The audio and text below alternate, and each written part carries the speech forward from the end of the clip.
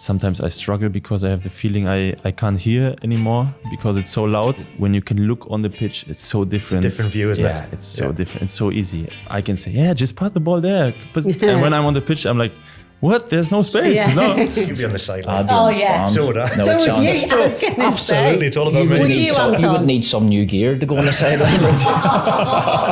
And the goal for me is to get to the top 1% in Rocket League. Social media memes. Everyone talks about them. Fantastic. What is the story behind that? And where does the inspiration come for them? I saw you riding a bullet the other day or something. It was Yeah. fantastic. Yeah. It was so good. I didn't know what it was when I seen that one.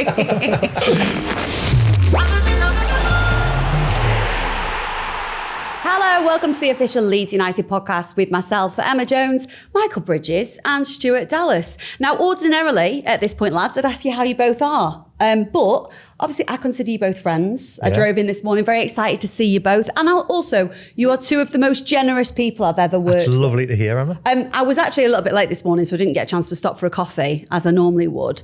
But when I turned up, what did I find? Stuart, the generous man that he is, brought me a coffee and he got yourself one. Apparently, you have to be a former Leeds United pro to get a coffee around here. No. Thanks, Stuart. Yeah, blame Bridgie. Did he not text you? No, he didn't. He's he didn't. scandalous, isn't he? Selfish from Bridgie, to be fair. That's You why have I'm- brought crisps, though, so... Yeah, we'll get into that in a bit. Tito. Oh, I've never heard of them, but the flavours are tremendous. you've got Worcester sauce. I've not had that for years. We can do anything in Northern Ireland.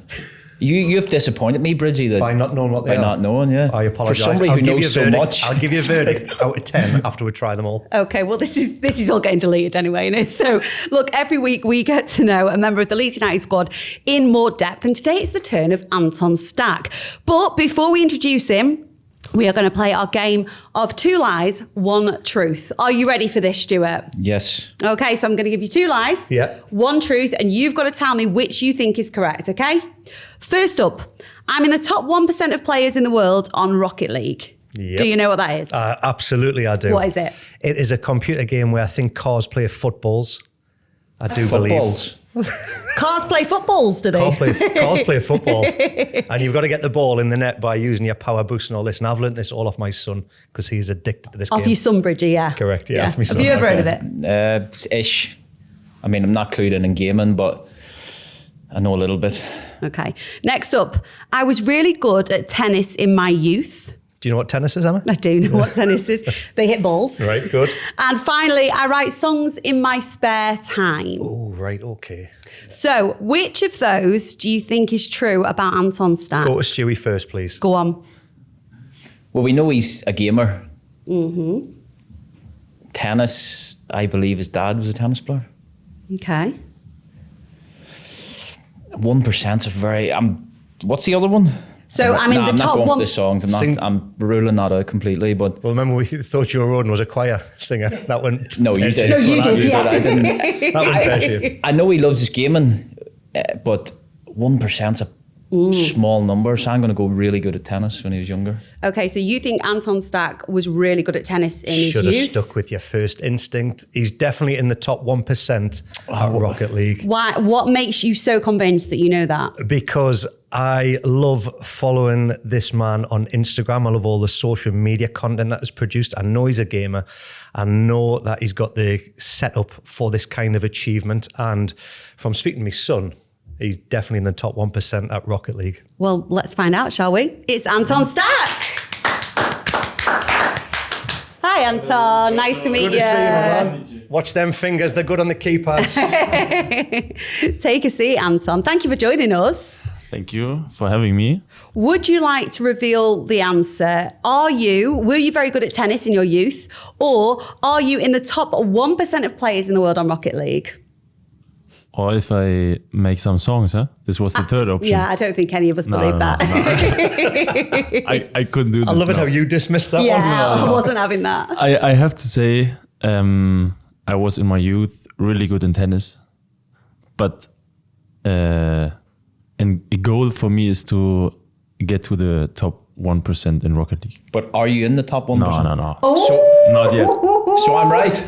Bridgie, you were so convinced that you were right. Because my son said he has the potential to get in the 1%. Blame your son then. My son is a big believer in, But I've seen the the future. question was, or what was it? He was in the 1%. Yes, But that's his goal, so he's not in it. correct. So but I'm right. You were very good at tennis in your youth. Yes. Well done, Stuart. Half a point each. There No, you go. no, Bridget, And you're wrong. He was giving a big one. Going, you should have stuck to your original answer, shouldn't you? Google get that one wrong. Absolutely. When did you stop playing tennis, or do you still play? No, I stopped when I was 14, I would say, because I played tennis and football all the time at the same level. I was really good in tennis, football. I had training nearly every day, both. So first football training, then tennis training. And then I had to decide one day, because my dad, he was also tennis and football player.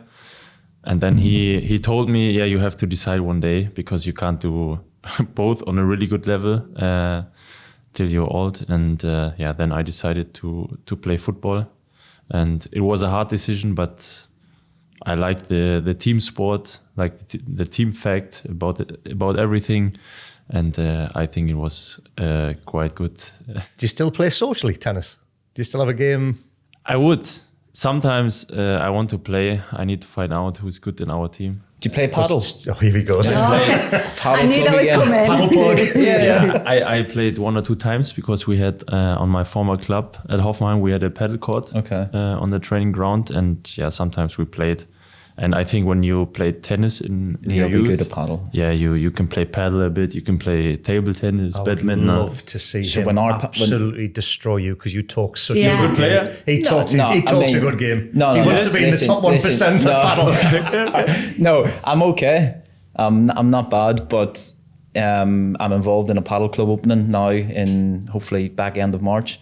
So we'll have to get you down when the season's done. That is plugged on every single podcast I want so him far. on my team to take you and your partner on. Bridgie, you couldn't move. You'll be sat in the corner. Mate, I not won't knowing need to what's move hit when I've you. got this guy. Would you like to do that? Because I would love to see that, Yeah, you lot playing 100%. paddle together. Yeah, I'm in the 100% in the summer, because coming into an important part of the There's season. actually another you one of the don't want- ex-players, Matt Kilgallen. Yeah, He's Killer's meant to good, be yeah. very, very good in the Yeah. stats. He's what is it, the higher the grade or the lower? Yeah, the higher the grade. Higher the better you Yeah. are. Have you ever played? Do I look like I play paddle? I that's the thing, played anybody it. can You don't play have to it. look Yeah. a certain anybody can play way. Yeah, absolutely. I'd love to It's a game of patience. give it patience. Well, you've got none of that either. None of that. Can I just ask our production team, because on the running order here it says another random thing about you, Anton, is you can wiggle your nostrils and your ears. Was that made up, or is that an actual fact? Yeah, that's an actual Well, fact. obviously you've got to show us now. Please, please wiggle. I need to concentrate. That is such a technique. You love that, wouldn't you? Well, it's good, yeah? That's very good. At what point did you realise you could do that? I don't know. You just stand in front I of the don't know. mirror one day and start doing I it. try. By the way, I learned it over years, you know. Emma's gone for the rest of the podcast now. That is so good. Did we get a close up of that? Or can we? For the listeners and like the viewers, that was special. I think that's my biggest talent, yeah. Love that. That's good. If you are just listening, you have to come and find this on YouTube. We will definitely be clipping that up. Look, normally we would warm you up at this point, but I think we already have with that, Anton. We're going to ask you some quick fire questions, okay? Yes, okay. Starting with your favourite teammate to share a laugh with. There are many. Joel Pirou, I have to say. Pascal Struijk, Gabi Gudmundsson, Sepp Bonau. I could tell anybody. Yeah, but I stay with these. One song that gets you in the zone. One song. It's... What did I listen to? I think at the moment it's French rap. But it depends on the day, how I feel and everything. Sometimes it's a throwback song. What is a throwback for you? What kind of songs? Lionel Richie. There are too many. There are too many. I have to think about it. Do you have like a genre that is your favourite genre of music to listen to? Yeah, this is also difficult because I listen nearly to everything. I listen sometimes to Brazil funk, to Dutch music, German, Dutch trance. UK, Are you a fan? drill. No, we used to have a lad, Danny van der Dutch Heuvel, trance, what's that? when he was in the gym with me. hardcore? morning, hardcore tunes pumping. Was it too much for you? It was too much. I don't mind a bit of that, but geez, 9 o'clock in the morning's a bit. What was Brendan Harrison's again? What was he was in? His was the Eagles. The Eagles, yeah. Country rock. Yeah, what's yours? What's your music? See, when I was playing, that was one thing about I very rarely listened to music. I'm not a big music fan, which is. Did it not like get you up, get you going before a game? I don't need music to do that. Entrance. We had Robbo. Robbo was obviously. Robbo's still in charge of the DJ Robbo. He's still in charge of the tunes. So I had enough in the changing rooms without having my. Is he still doing? Is he still on them? I think I have a song now. Oh, go on. I would take Lil Uzi Vert. What You Saying? I think. Who? Lil Uzi Vert. Oh, I've never heard of that. Yeah, it's an American artist. We're all showing our age here, aren't we? Absolutely. No idea. Guilty pleasure TV show. Yeah, I have to say German trash TV, maybe. German trash TV. But because of my wife. Is there a show in particular, Anton, that your wife watches? Normally, I never watch German trash TV, but when my wife, of course, she's the chef at home, and then when we eat something, then she just turn it up on the TV, and then I'm enjoying it as well. Yeah, it's nice, but special. There's I don't know if you have it here, but it's called Are You the One in Germany. No, what's the premise? Yeah, they're like 10 guys and 10 girls, and they need to find their perfect match. So I don't know. Like a Love Island. Like Love Island. Yeah, like this. A bit different, but then there's a lot of talking and drama and yeah. And you're enjoying it? Yeah. When I see it, I enjoy it, but normally I don't. I think the Australian version is like Maths or something. Oh, Married at First Sight. That's in England as well. That's in the UK as well. Right. Don't pretend you don't know. I didn't know that. That was my guilty pleasure in Australia. Below Deck. Below Deck. Below Deck, On this yeah. one now, yeah, enough of that because we want to get into the interesting football stuff, don't we? So obviously on the pitch, Anton, you're big, you're physical. You know, that's what fans will look at and see. But I think there's much more to you than that. What would you say your most underrated part of your game is? I think my biggest strength over the years, when I looked at my games and everything, is maybe my anticipation. So how I can read the games. Sometimes I can intercept the balls. I read the passes and how the game is and what we have to do. Maybe I would say this. See, I think I agree with you, but also like your ability to carry the ball. I think that's underrated a lot as well, and not just in himself, but in your ability when you play in that drive into space midfield role till to be able to carry the ball up the pitch, your running power and stuff as well, which I think is huge, especially the way we play. Rather than get the ball and just pass it like robots. Yeah, I mean, yeah, because that's the way the game is now, isn't it? People are afraid to make mistakes. When you recognise the space and take it, absolutely power running, love it. Going back to the quick fire, sorry about that, Stuart. What does a perfect day look like for you, Anton? Oh, perfect day. Long sleep. No stress in the morning. Game and chair. Perfect. You don't have kids then, do you? No, not yet. No stress. Stress in the morning. That's coming. That's why I enjoy it. What time would you wake up on your perfect day?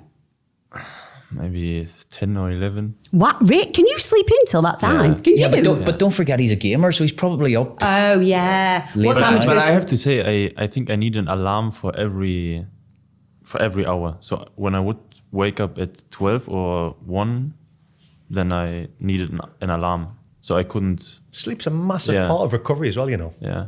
That's the true. amount of travel the lads do. Like, my wife hates the fact that I can fall asleep absolutely anywhere. I'm still in that thing if we're on a plane, on a train, whatever. I can go and have a nap, no problem whatsoever. It really annoys her, but it comes back from all the days that we would be traveling, distances, trying to get your sleep involved and all the rest of it. That's something that's always stuck with me. I could lie in bed all day long. I love it. I mean, we all could, but I can't. I can't do it. I get agitated. What about you? Well, I'm automatically just get up early because of the kids. I think it's just like over the years, it just... They're almost like the alarm clock, aren't they? But going back, obviously, to playing when we used to have to go to hotels and stuff, and again, this is a question for you, do you sleep in the afternoon? Yeah. But some players don't like sleeping in the afternoon, but... A little nap? Little nap in the hotel. Could you do that? I tried to at times, but I was a bit of, You struggled with it. yeah. Do you know what I did see? You did a day in the life with the Leeds, Yeah. didn't you? That was, I watched it. That was good. So if did. anybody, the listeners or viewers, it's a day in the life with Anton. I know it's not the perfect day that we were talking about there, but it gives you an idea of what it's like to be a footballer. It was, Yes, it was and in that we fantastic. saw your partner cooking. What was it she cooked? She made something that looked lovely. Yeah, she's doing eggs that are lovely for me. He's being Not very perfect. careful. He's a smart man. No, I love Partner, happy life. I love breakfast, and yeah, I think for a good breakfast for me, some eggs, some bread, some fruits, maybe sometimes pancakes, and yeah, that's it. And after, also very chill because I'm a relaxed guy, and then maybe we go out somewhere, maybe to the city center, but not too long, and I need some spaces where I can sit, so that I can relax. You know, when we are shopping, I need some rest between. Can I interject here as well? Does the perfect day involve you and your partner gaming as well? Because I believe she a gamer as well. Yeah, That would have to. So do you game together? yeah. So gaming 100%, and then it's either with her or with some friends. But most common at the evening, I would say. Yeah, and for a perfect day, yeah, I'm pretty easy. Maybe go out for dinner. This is nice, to a good restaurant we like, and between, yeah, just chill. Chill at home. The icing on the cake would be a hat trick for Leeds United from free kicks. Yeah, of course. Yes. In the evening, under the floodlights at Elland Road. This was the day before. Yeah. If you weren't a player, Anton, what do you think you'd be doing? What would your dream job be player. if you weren't a player? My- or a tennis player? You couldn't be. My either. dream job. Oh, that's No, what would you be if you weren't a footballer?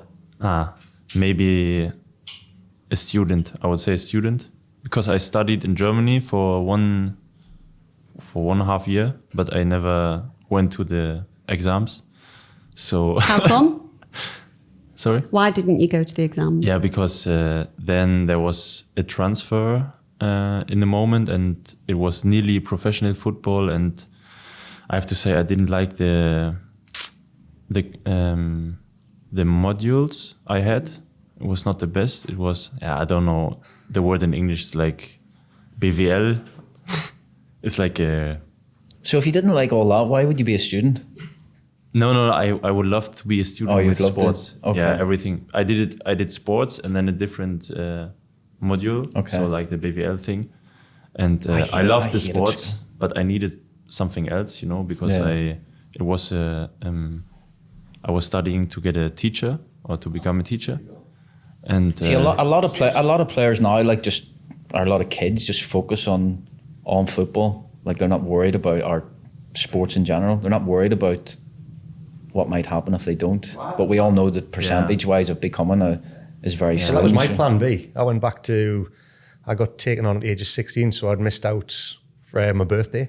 So I had to go back to school to study sixth form college. We have it over here. So I was training for 2 years to become a teacher as well. yeah. What, a PE And then- teacher? Yeah, I was trying to do English maths again, but thankfully, because of my birth, I was able to go back here in football and become a first year YT because of my Yeah. August birthday, so it would help us out. And then I put that to one side and then went fully for the football. I think that's but where I the kept my clubs are education really- going while I was playing. Clubs are really good, and especially Leeds. I know this is a Leeds podcast. I'm not trying to big them up, but they do a lot of work with the young players coming through the academy and educating them in case obviously they It's a don't small make percentage it. goes through, isn't it? So you've got to do How it. does that work though in real life? Like what does that work look like? Do they sit and have a tutor? Or? Yeah, well, they do. Obviously, I didn't come through that route, obviously, but I know that at Thorpe Arts there is a lot of classroom sessions. I think back to when Archie Gray was coming through, and I always tell this story about Archie that he was sort of just on the perimeter of the first team at the time, and we were in the gym together because I was injured and he was going through an injury, and you would have a program from Ruben, who's still there obviously to do, and I would leave. Archie would have to leave and without finishing his program because he had to go and do his classroom sessions. But I would come back in the evening time to bring the kids back to Thorpe Arts to training and to their pre-academy training. Archie would be in the gym finishing off his program. So obviously he had to go and do his education, which he couldn't miss. Well, it's fundamental, isn't it? Yeah. So Absolutely. then he would come back and finish off. So they do a lot of classroom sessions. It's a lot of hard work as well, that. So it shows dedication on both Sacrifice, parts, doesn't it? dedication's got to be done. Look, Anton, we ask everybody that joins us here on the official Leeds United podcast to bring something with them, be it a story or literally something that means something to you. Oh, you look like you're reaching into your hoodie prepared. pocket. Yeah. What have you brought? Should we have a drum roll? I have a picture. Okay. Yeah, because I thought about the question to pick something, and it's so difficult because there are so many things. Of course, I could choose my family, my friends, I don't know, certain achievements I got already, but I took a picture I saw yesterday at home, and it's a picture I can give it around of me with maybe my biggest achievement in football so far. I was under 21 European For Germany, yeah. European Championship, and I took this picture because I think it was a really nice feeling. I mean, in the youth, I was never in the national teams, and then I was called up just for this tournament, so not even friendly games, and then we won the tournament. So it was a summer I will always remember. So I took this story because it was nice for me. I bet you wore many a German kit as a kid growing up, yeah? Yeah. And then to actually bring it to reality, Yeah. that's where it's home, isn't it? Yeah, it was crazy. What was that feeling like? To win something. Yeah, like what this. did that feel like? I think I always tell people from my family that are not so common with football. It's so hard to describe the feeling because it's so rare. You can get this in like a normal life. It's the same when you score at Elland Road in the last minute. Then it's so much dopamine in your body, and you're just so happy in this moment. I think it's hard to get this feeling really in a normal life, and this was the same feeling at the moment. There you can see all the work you've done in your past is worth it for these moments, because everybody knows there's not so many parts in football where you can win something or where you have a feeling like this, and that's why it's so rare, and also the feeling is rare, and that's why when I remember this moment, I could always smile. Is there an expectation on Germany at the younger age groups to be successful? Yeah, it's a lot of expectation. Because obviously at the senior level we know it's, but at the underage, I just wanted to know if there was an expectation on the 21s to win the European Championship. Yeah. Or Well, the production line's incredible, isn't it? yeah, it's huge. Yeah, I think at this tournament there were some teams like France, Portugal. They had really good teams, and our market value was not the highest. Okay. So we came just over because we have a good chemistry, and it was from game to game, and then the media and all in Germany were proud of us, and they are like, just come on, one more. So it was not too much pressure in this tournament, I would say. I mean, that's incredible. It's a lovely picture. Obviously, it means a lot to you. Thank you for bringing it in. I've got to say, we've got to know you. We've had a little bit of fun. Your story is incredible because the way you've gone from your younger days as a footballer to where you are now, haven't seen the steps. It's always been gradual steps to where you're getting. Very unique how it's happened, because I think I look at somebody like Jamie Vardy was a late comer through, but your story, when you go back to Buchholz, where you were born, is that right? Have I spelled that right? Buchholz, there you go. Just talk us through where you started and take us all the way back and where, like your progression through football, because everybody's got a different journey in football and life. And I haven't looked at yours and read through some, I think it's fascinating. Yeah, I started when I was 3. So very early, because my parents thought it's nice just to move your body in this age, and also that's why they brought me to the football. And of course it was funny for me at these times. And then I spent my youth with my friends. I watched Bundesliga at the weekends, and my dad was a sports commentator, so sometimes he took me to the games, into the stadium, and I could join him, and I got some autographs and everything. And then after, I think when I was 13 or 14, then there was the first interest of big clubs in Germany from the north. So Hamburger SV, Werder Bremen, and St. Pauli. Did you train weekly with Werder Bremen when you were younger? Yeah. But this was before. Yeah. So they were interested, and then one guy came to our home, and I could join with a scholarship with school. So I go to Bremen, and my mom was. Yeah, I remember she was very sad. And my dad was like, "Yeah, you have to do it. You have to do it." Sacrifices again. Yeah. No, and I want to try it. I don't know. Did that mean relocating?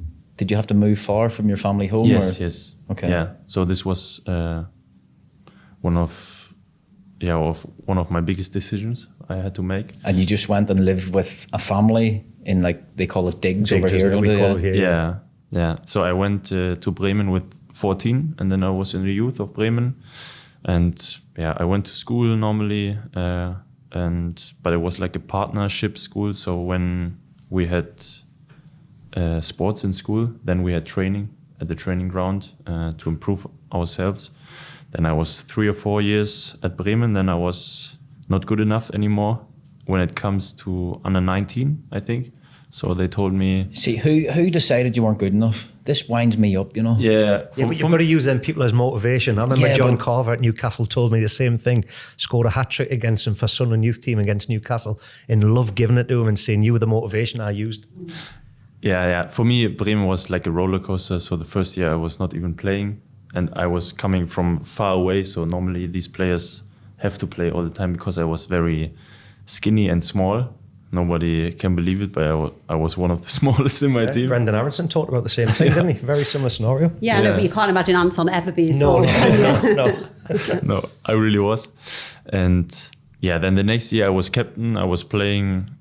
I had a really good year. And then the next year after this, I was not playing. So it was like a real roller coaster. And then the next year, the coach told me, you can stay, but you will not play the next year because we have better players on your position. And then I was like, okay. I need to go somewhere else. And then I went to a smaller club playing in the lower league. And what was the name? It was JV Nordwest. So You've asked that because you couldn't pronounce it, haven't you, Bridgie? Not at all, no. Yeah, it was like near Bremen, so I could live in Bremen, but I went to the training facilities in Oldenburg. Then it was half an hour with the train. And then after I wanted, the second year under 19, I wanted to play in the under 19 Bundesliga. This was one of my goals. And then I transferred to Osnabrück. And then I was there. I played a pretty good year, but then after it was also the first team plays in the third German league, and you got senior minutes at that football club, didn't you? I got senior minutes, but in the second team, so it was like 5th or 6th league, and the second team was not even there the season after. So it was for me. They told me, you can go for a trial with the first team, but it's not. We don't know if you get a contract here. For the third league, and then I was like, okay, maybe I do another step down, and then I went to... So at this point, he was thinking of tennis. Thinking I made the wrong decision. Yeah. And then I went to SSV Jedlo 2. So this was a really small club. I think it was a town with 1,000 people, and they played in the 4th league of Germany, Regionalliga. And this was really nice because I played on senior level, and I think it's so important to play in your How old were you then? What age were you? I was there. Yeah, when you played 18, senior. 18, See, I think now that's a big part of development for kids, is because there's so many kids now who come up through the academies at different clubs and they don't experience the senior men's game. Well, and when they come, reserve leagues have gone. When they come to under 21s, or whatever age, 20, 21, they haven't played a senior game. They haven't. All they've done is play against kids throughout their career. So they're not ready to make a step up to the senior team. So Anton's is a bit like, I think back to mine. I had played 150, 160, whatever it was, games in the Irish League at senior men's level before I moved to Brentford, and I think that helped me massively. In what way? I learned the game. Obviously, I was a bit like, I was skinny, I was small. I was getting knocked about by grown men. I think I learned the physical demands of the game at a younger age, and I think it just stood me in good stead for going forward. It was a lot more competitive. There wasn't as much football maybe played as there would be maybe in a nice academy, in England or whatever. But I just think now that he's a great example for young kids coming through the pathway that he has come. Did you take a little bit from each club when we get back to obviously the story going into the men's football? Were you taking bits that you learned from your previous experiences to get to that senior level? Yeah, 100%. And I think because of my setbacks I got in my youth, I was also mentally prepared, because when you just go up, then it's of course easy. But then when there's like a knockdown in the senior level, and it's hard to be good with it, also mentally, and that's why I was prepared. Because of my dad, he had some experience in football. He told me it's so important to play on a senior level, because I saw so many players in the youth. They were the best by far, and they scored hundreds of goals. But in the senior level, I never seen them anymore. So it's a big difference. It's a common theme, that. Yeah, goes back to what you said, doesn't it? How did you deal with that first setback, though, Anton? The first setback, was, I don't know. I was young. Of course, it was hard because I was away from my family. Sometimes there were hard times, but my family, they were behind me, and they told me, first, of course, education is the most important. So then I focused on school. I tried to give everything in training, because this is the only thing you can do. Of course, there were times where you don't want to train, or you don't like the coach and the stuff and everything. But over the years, I learned you need to stick to yourself, and you just can make the decision for the coach as hard as possible to not pick you. And I think this was the biggest thing I learned. And even today is the same for me. So when I have a period where I don't play, then I just try to put more effort in the training and in the games, to be there, because then after time, quality will always be on the pitch. I think so. This is my experience. It's one of the hardest things when you're not playing under a coach, or somebody tells you you're not good enough, like you're in the outer of their mindset. The worst thing you can do is down tools and give them that excuse not to pick you. The best thing you can do is actually just prove your worth. Make sure you're trying to be first in the sessions, the run sessions. Get yourself involved all the time. Be a good character on the dressing room, and try and turn their opinion so that you're not undroppable, but you can't isolate and get you out the squad and prove them wrong and put the onus back on them. And I see a lot of lads in my career that have thrown the towel in and let the coaches or the managers get the better of them. And it happened to me a couple of times in my career. I turned around and try and prove Phil Brown wrong, and a guy in Australia as well, Gary Van Egmont. I was getting to a later age in my career, so he didn't think I could do the 12-minute run. And I made sure before we came back to pre-season, I ran because I knew he was going to try and make me, use me as a scapegoat to say, well, you're last, I'm a pressing team. And I came back and I beat everybody at that run. And what did he say? In the 12 minutes, and he kind of held his hand up and said, yeah, fair play to you. You've come back in the right mindset. That's what he was after, and that's the toughest thing to do. And it's not easy. Stu, you said, that you don't like it when players are told they're not good enough. Why is that? What is it you don't like about that? No, I just think that it's only an opinion of 3, 4, 5 people within a setup, and I get they have to make decisions. I understand that, but I just think that sometimes things are overlooked at a young age that maybe shouldn't be. I just think that, it's just football's all about opinions, isn't it? That's all Absolutely. It is. And I'm sure the people who told him that he wasn't maybe good enough, could we get them to Elland Road to watch him playing on a Saturday to see how good he actually is? And we talked earlier about proving people wrong, and I love hearing stories like that, because I had it coming through at Northern Ireland. There was no academies, so I had to go on trial. You had to go to different clubs throughout my younger life, and got told all the time, you weren't good enough, and then it ended up I've gone on and had an all right career. So I think back to people now and stick two fingers up at them. You've had a very good career. I think Well, it's been all right, but I think what the common denominator that we've heard from obviously the podcast we've been doing, but also people that we've played with and grown up with over the years, one of the common denominators has been it's almost like it's an easy excuse for a coach to say, oh, you're too small and skinny, and you like that's the excuse to get rid. And hang on a minute, I haven't even started puberty yet, mate. I could have like a growth spurt. Yeah, from I just 15 think to 17. now they kind of look at it and you know they judge it on, especially the younger age, about, you know, you're not going to grow, you're not going to be able to get around the pitch. And I just think there's so much now you can work on in terms of, yes, you can make players better technically, of course you can, but there's so much sports science stuff now that you can make players faster, more explosive, more dynamic.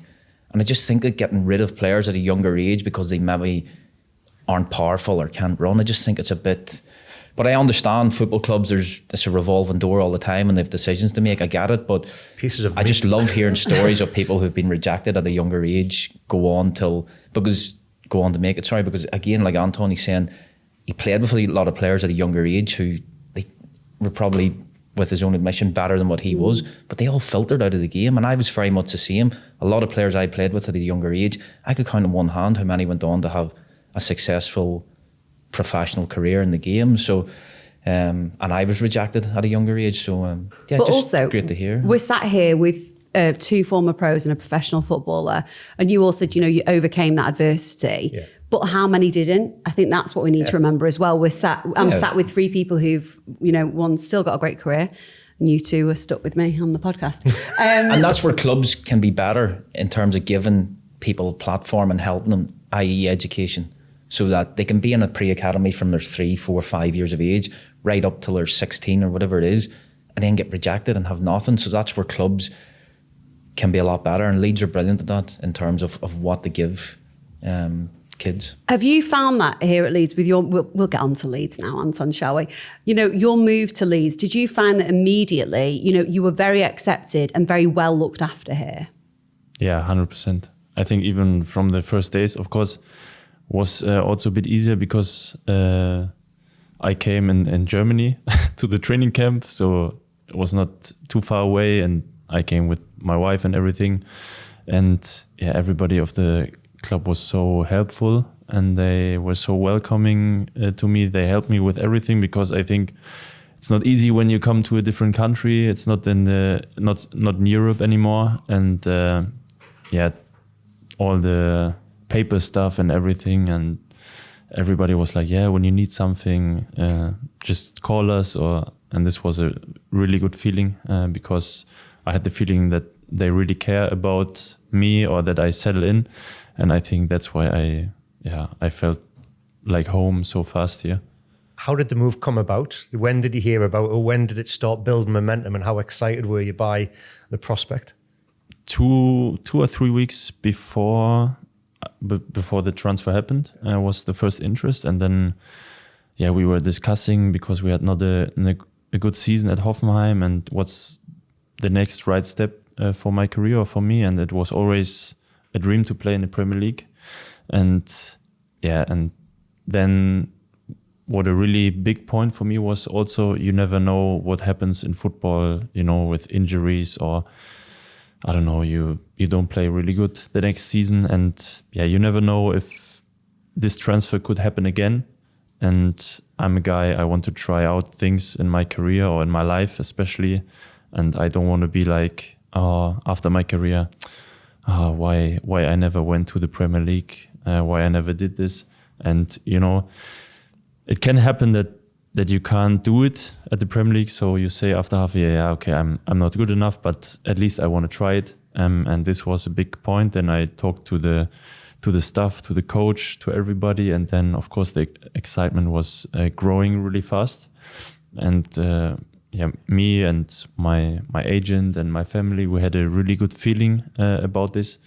And so I was looking forward to do the move, and then it was only between the clubs. And the price tag, Anton, We want to get to the price tag. Yeah, it's too high. No, but It's too high. seriously, does that come with a pressure? Did you feel a pressure that the club have paid a lot of money for you, that you had to kind of repay it? He's too humble. No, I It's know, too because high. but you do see a lot of players who come with a high price tag and they Can't handle can't do occasion. it. They can't. Yeah. Is that something you felt? Yeah, of course, I can imagine that some players feel like this, but I'm not really like this. Of course, I want to be the best of myself for the club, because they trust in me. They got me to do my job, and the job is this year to stay in the league, and that's why, yeah, I never think about these things like pressure because of the price tag, but I know that I cost some money, and that's why I need to play good, of course, and I want to play good, and yeah, I just want to give something back to the club because they invested in me. You're doing a good job at it. I was going to say, the price tag's doubled, if not tripled. So you've definitely repaid the faith. You coming to the Premier League, you talk about obviously Bundesliga. It's probably my second favourite league to watch outside the Premier League, because I love the pace of it.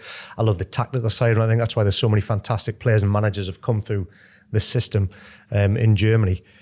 I do believe that you were second in the Bundesliga for Jules 1 year. I think it was 23-24 season, winning the ball back for the team. What have you brought to the Premier League that you've been able to maximise in the Premier League, and what have you had to adapt? That's a good question. Yeah, I think for me the Premier League is very different to the German league. Yeah, first of all, the pace, the teams, the stadiums, the atmosphere. It's so different to Germany, and then the style of play, like you said, the tactical thing in Germany. So I have the feeling in Germany you run a lot in a game, but not as fast as here. So here's more like stop, go, sprint. Yeah, it's like this. And also after 85 minutes, when the supporters push you and you are tired, now you can't go back. You can't go back. He's learned and from rest. Elland Road already. Yeah, you can't go back and rest. You have to press. Absolutely. Even if you get a cramp, Yeah. there's no chance. And this is so different, because sometimes I have the feeling when the game is so open, and then it's like you play 5 against 5 on one half, then there's a big space in midfield where you can carry the ball and go on. And then on the other hand, it's also 5 against 5. And I think this is what makes the Premier League so attractive to watch. And that's why I'm also here to feel this, or to experience this. And I like it a lot so far. What was that feeling like, your first home game here at Elland Road, when you heard that noise? Yeah, the noise. First of all, it was really exhausting, the game. Yeah, it was Adrenaline. hard. Yeah, of course, adrenaline. The atmosphere was crazy. Sometimes I struggle because I have the feeling I can't hear anymore because it's so loud.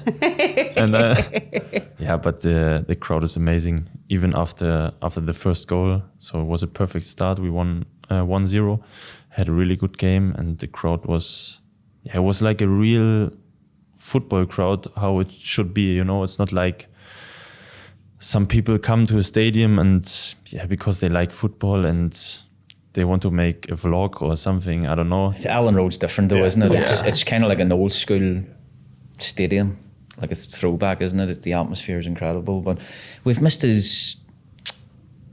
pinnacle, I think, of your career, international football. You made a couple of appearances for the senior team, Germany.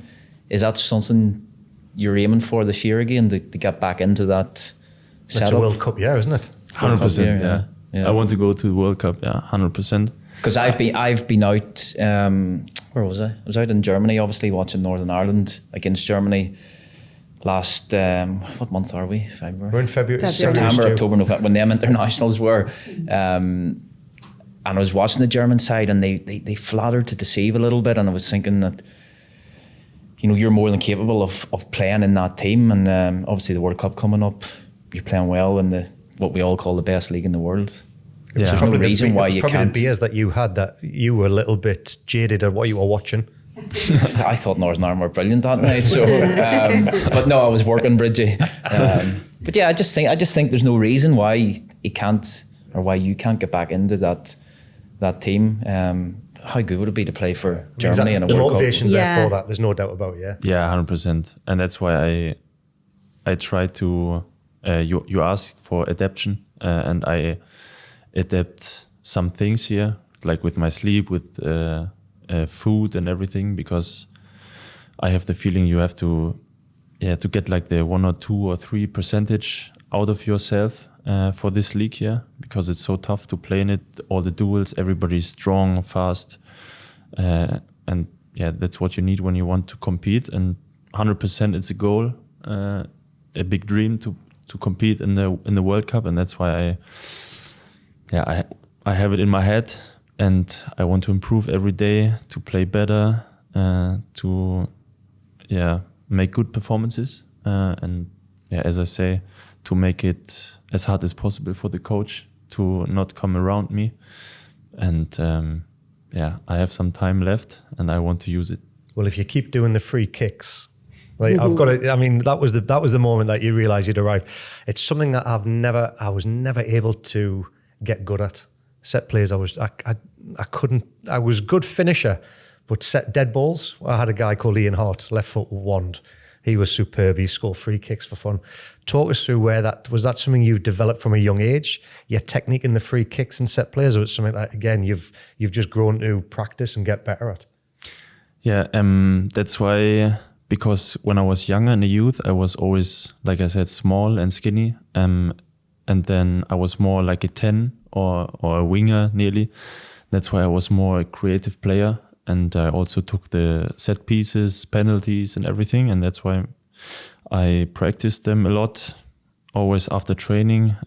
My dad, for him, was important that I use my left foot also very often, and I think because of this.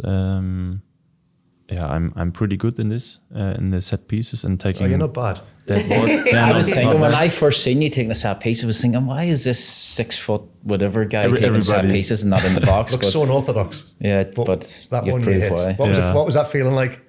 Yeah, I think some things looks unorthodox when I'm long as me, long and skinny, but. When I came here and I talked to the staff and the coach, they were also like, you can take corners and free kicks also. And I was like, yeah, I did in the past. And then we tried it out in pre-season, and I practiced it. And then there was the day where I could take them, and I think they were not too bad. And I think we can. It's such an important thing in football. At the moment, set pieces. You're just going to see Arsenal, what they're doing with their set pieces. Unbelievable. And that's why, I don't know why I can shoot the balls this good. I don't really know. What's Daniel Farke's feedback been? What do you mean? What's he said to you about your performances? By the way, he's a big listener of the podcast, so be careful. Yeah. All right, because you're in a good position at the minute. I don't want you to upset him. Yeah, sometimes I talk to him, but not too often, and he knows he can talk to me every time and tell me what or where I need to improve, because I think this was also a big thing why I come here to the club, because for me it's important, when you want to transfer to a different club and then the coach is always like, you're good at this, you can this and this. But for me, it's more important when the coach is like, you could be better in this, you could improve in this, because this brings my career up maybe, or my level and style of play. And this is till today the fact. So after every game, we have a small talk, and then he's like, this was good, this was not so good, or what is your feeling about this? And I think that's pretty important. It goes back to what you were saying. Obviously, I'm not saying I played prehistoric football, but not having the analysis, the video analysis, the teams behind the teams to go and look at your own footage and opposition footage to get better and better. Something Stewie talks about, obviously, at the back end of your career and through your career, you had a lot of stuff with Bielsa.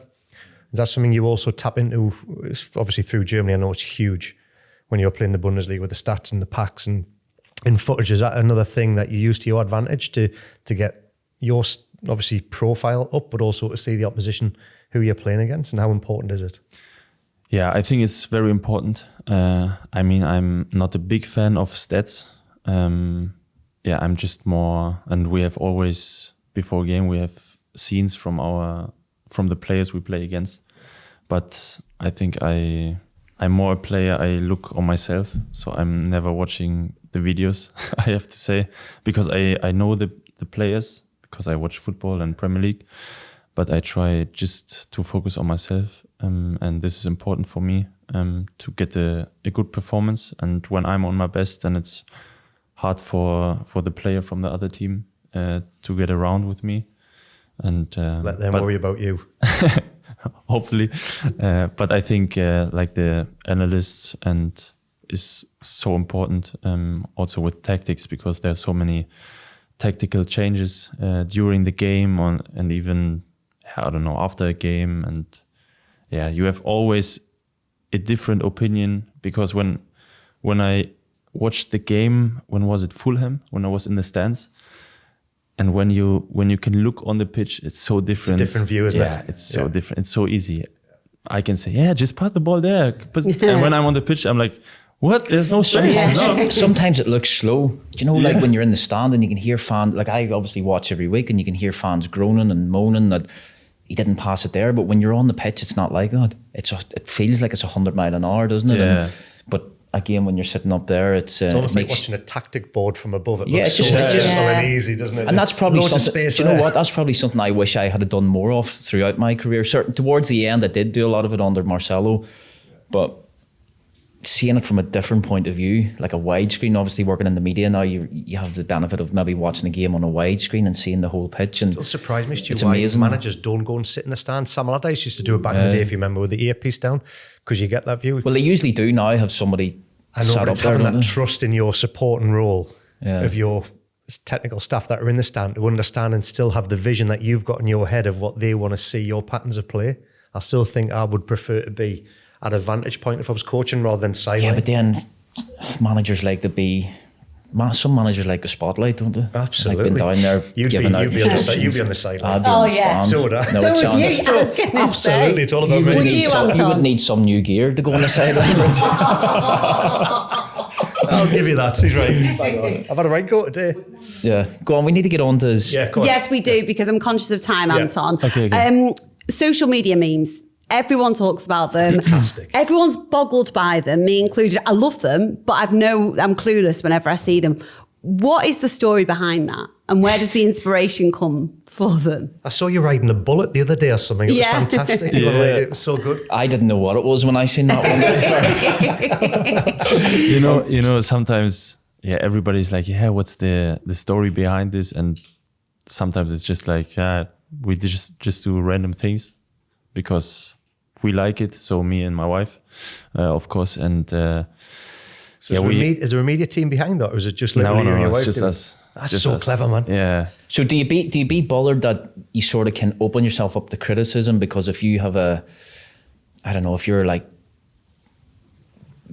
I don't mean it, sometimes it could come across to opposing fans that it's maybe disrespectful if you're standing with, with a hatchet ready to slay, whatever it might be, I don't know, but because then Stu's going down the horror route. because what I'm saying is the social media aspect now is like opposing fans will then say you get beat.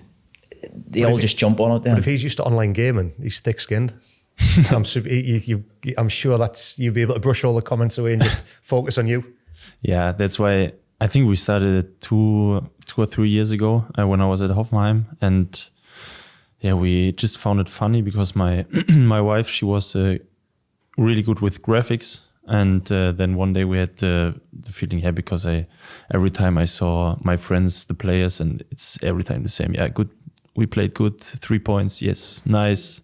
The perfect picture and everything, or match day graphic, and we were like, I'm not like this normally because me and my wife, we don't take ourselves too serious. We joke about ourselves every time, and that's why we started this. And even till today, and sometimes. Yeah, I think we laugh every time because she can create. I don't know what's going on in her head sometimes, but I love it. So and then we came up with the idea because sometimes teams have nicknames, and the intention over the last one against Arsenal was because they are called the Gunners, and then we thought about a gun, but it's, of course, you have to be careful with this. You have to be careful with this. And then we took in Germany, it's the film, I don't know what's in English, Nackte Kanone, Naked Cannon. Naked Gun. Yeah, like this. And so, yeah. Do you know the one I'm looking forward to seeing for you? What? When you get that call up for the World Cup squad. That will be, Yes. that's the one I'm looking for. I would do this 100%. Yeah. You very much remind me of an old teammate of mine, Matthias Klitsch. What, personality-wise? Yeah, just in terms of being your own person. He still is. Matthias is still very outspoken, isn't he, on social media? Says what he thinks, so that's a big compliment. At least it's easy when you're finished as well. Yeah, it's it helps when you finish football. Because too many times footballers are just like sort of generic and boring. Understandably, understandably, yeah. Because, so it's good to see a different side. It is. And I'm glad you don't take yourself too seriously, because we have got the fine wheel. Obviously, you have the fine wheel in the dressing room. We've got our own here, Anton.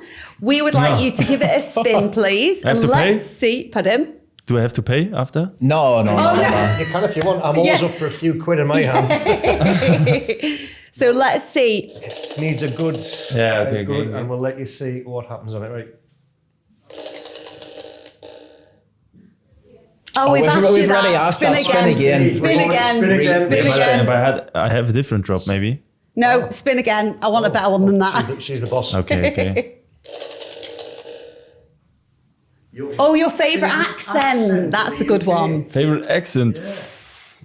I have to be honest. At the beginning when I came here, or even today, sometimes it's hard to understand the accent here around here. Why are you looking at me? There you go.